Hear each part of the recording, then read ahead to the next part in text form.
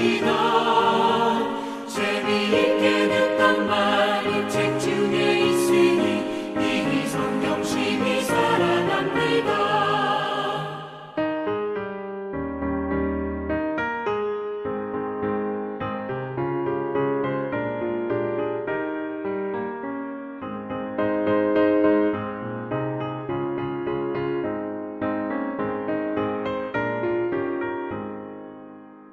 예수 세상 계실 때 많은 고난 당하고 십자가에 달려 죽인다나니 어머니 나를 두며 눈물 많이 흘린 것 지금까지 내가 기억합니다.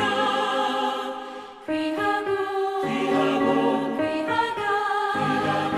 우리 어머니가 들려주시나 재미있게 듣던 말이 책 중에 있으니 이 성경심이 살아납니다.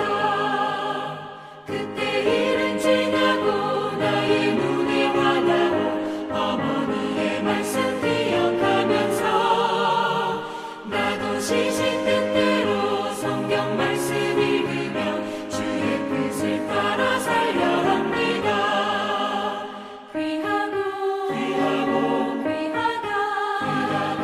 우리 어머니가 들려주시나 재미있게 듣던 말이 책 중에 있으니 이 성경심이 살아납니다.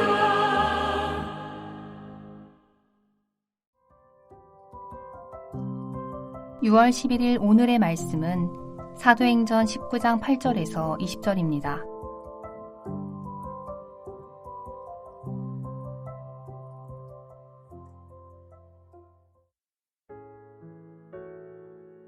바울이 회당에 들어가 석 달 동안 담대히 하나님 나라에 관하여 강론하며 권면하되 어떤 사람들은 마음이 굳어 순종하지 않고 무리 앞에서 이 돌을 비방하거늘 바울이 그들을 떠나 제자들을 따로 세우고 두란노 서원에서 날마다 강론하니라.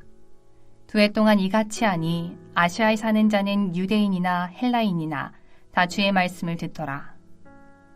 하나님이 바울의 손으로 놀라운 능력을 행하게 하시니 심지어 사람들이 바울의 몸에서 손수건이나 앞치마를 가져다가 병든 사람에게 얹으면 그 병이 떠나고 악귀도 나가더라.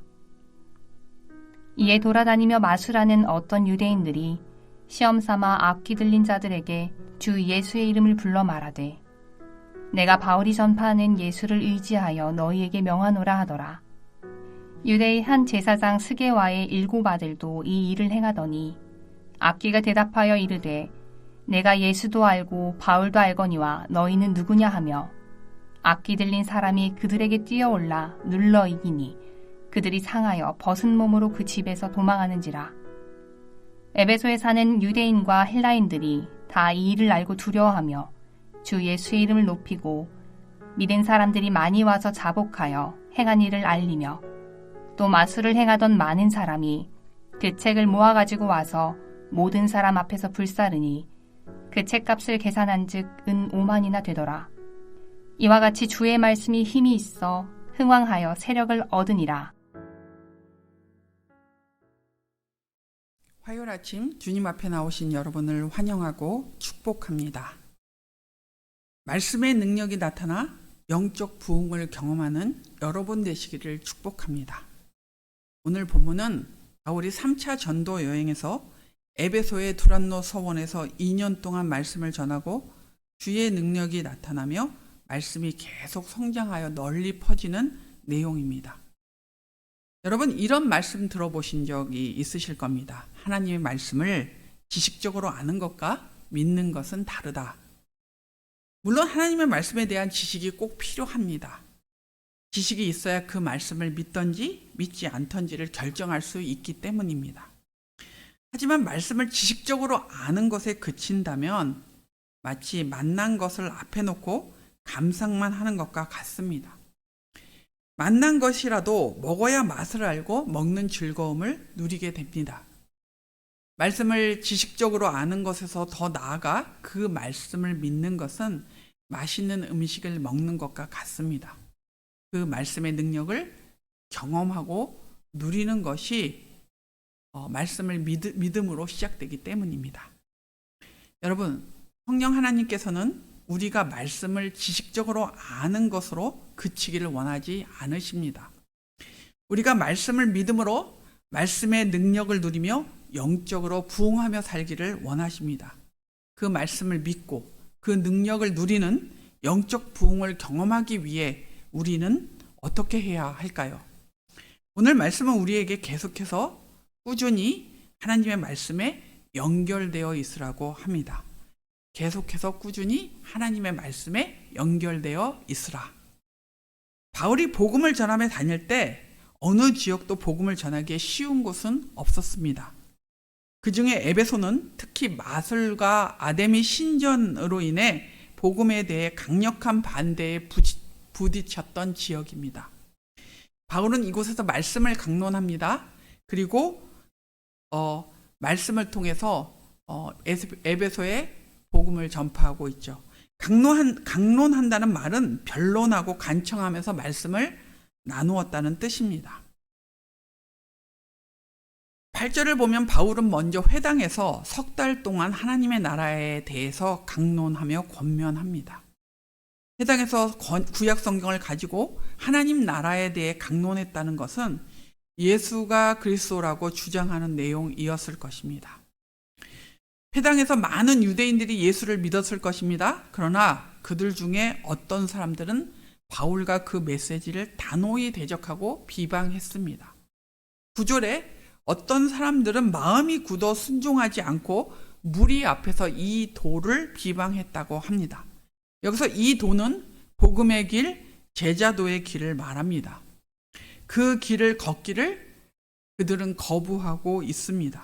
그들은 지식적으로 바울이 하는 말을 알아들었을 것입니다. 하지만 그들은 그 말씀을 믿지 않았기 때문에 그 길로 걷는 것을 거부하고 있는 것입니다. 그들은 복음을 들었지만 안타깝게도 복음과 그 능력에서는 먼 사람들이 되었습니다. 이제 바울은 두란노 서원에서 이방인들에게 날마다 강론합니다. 10절을 보면 이 같은 일을 2년 동안이나 했다고 합니다. 그러자 아시아에 사는 자는 유대인이나 헬라인이나 다 주의 말씀을 들었다고 누가는 기록하고 있습니다. 에베소 전체 지역이 복음화되고 있는 과정을 보여줍니다. 그리고 11절, 12절을 보면 하나님께서는 바울을 통해 병고침, 악기가 떠나가는 그리스도의 능력을 나타내 주셨습니다. 주술이 성행하던 지역에 주술을 능가하는 특별한 기적들을 바울을 통해 보여주셨습니다. 그러므로 바울이 전하는 복음의 능력이 어떠함을 나타내 보이신 것입니다. 예수의 능력, 복음의 능력이 드러나므로 말씀을 믿는 자들에게는 확증을 주었을 것입니다. 주술과 사술에 매인 자들에게는 해방을 주었을 것입니다. 그 기적들이 얼마나 놀라우면 13절에서 16절에 마술하는 사람들이 예수를 믿지도 않으면서 그의 능력을 돈벌이 수단으로 이용하려고 합니다. 그런 그들의 결말은 정말 우스꽝스럽습니다. 15절에서 16절입니다. 악기가 대답하여 이르되 내가 예수도 알고 바울도 알거니와 너희는 누구냐 하며 악기 들린 사람이 그들에게 뛰어올라 눌러 이기니 그들이 상하여 벗은 몸으로 그 집에서 도망하는지라. 이런 상황을 볼 때 마술을 하는 자들도 복음에 대한 지식과 그 능력을 알았다고 생각합니다. 그러나 그들도 복음의 내용을 지식적으로 알았으나 그 말씀을 믿지는 않았다고 여겨집니다. 만일 믿었다면 그들이 이런 방식으로 예수의 이름을 이용하지 않았을 것입니다. 예수를 구원자와 주님으로 인정하지 않는 자들에게 예수의 이름은 어떤 의미도 능력도 없습니다. 에베소의 이런 분위기에도 불구하고 누가는 바울의 에베소 사역을 이렇게 기록하고 있습니다. 20절입니다. 이와 같이 주의 말씀이 힘이 있어 흥황하여 세력을 얻으니라. 바울을 통해 들은 말씀을 지식으로만 받지 않고 그 말씀을 믿고 자신이 걸어가는 길로 그리고 도로 받아들인 자들은 변화되었습니다. 17절에서 19절을 보면 그 변화를 확인할 수 있습니다. 17절에는 앞에 마술을 행하는 자들이 거짓으로 행했던 그 7명의 사람들이, 그 협작군이 귀신에게 당한 소문이 퍼지자 주님을 두려워하고 예수의 이름을 높였습니다. 18절에는 그동안 마술을 행하거나 영의 세계에 집적거리던 사람들은 자백하고 회개했습니다. 19절에는 그들이 주술을 버리고 불사른 책자에 대한 이야기가 나오며 그 가격이 은 5만이라고 지금 이야기하고 있습니다.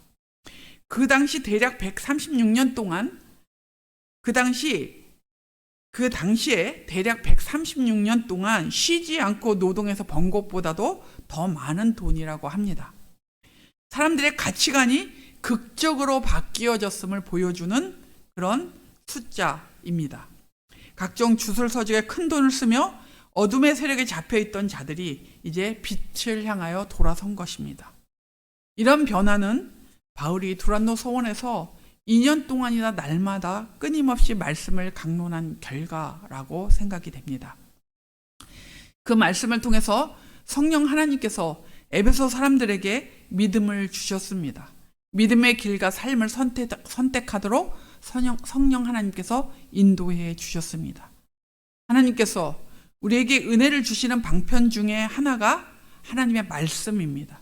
즉 하나님의 은혜를 누리고 싶다면 하나님의 말씀에 우리 자신을 자주 노출시켜야 합니다.